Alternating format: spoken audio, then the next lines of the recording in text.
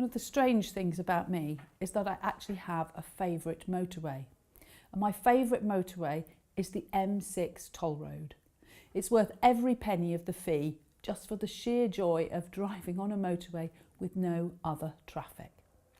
Well, one day I was on that motorway when I decided to stop at the motorway services. And when I went in, it seemed rather busy. So at the cafe, I said to the young woman serving me that it seemed rather busy. And she did that thing that people do when they're proud of what they're about to say. She kind of squared her shoulders a bit and looked me in the eye and said, "Well, this is the busiest Costa in the world." I smiled politely and thought to myself, this seems very unlikely. Quietest motorway in the country, busiest cafe, seems a bit odd. But a few weeks later, a colleague checked the facts, and it turns out that by volume of sales, that is indeed the busiest in the world. It might seem a bit of a random story there, but what it reminds us of the significance of passing contact.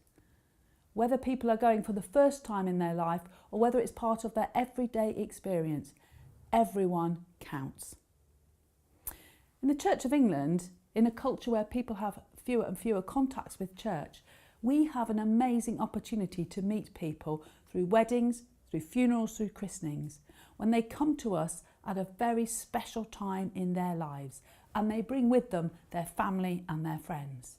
And often the congregations at those events are something around 80 or 100 people, sometimes more. And when we add that up, that becomes 15 million people or more during the year that the Church of England meets simply through those events.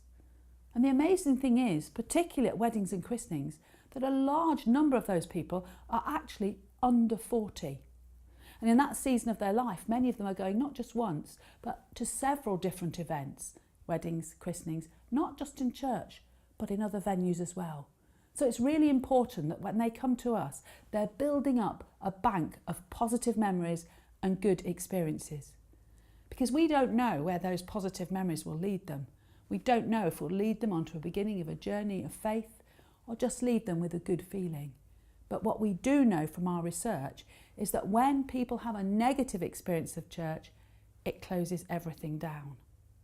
So, as one friend of mine said, a friend who has one of those very pretty villages where she does a lot of weddings, she said, "I don't know when they're there in the congregation at a wedding, whether they're there for the first time in their life, possibly the only time in their life.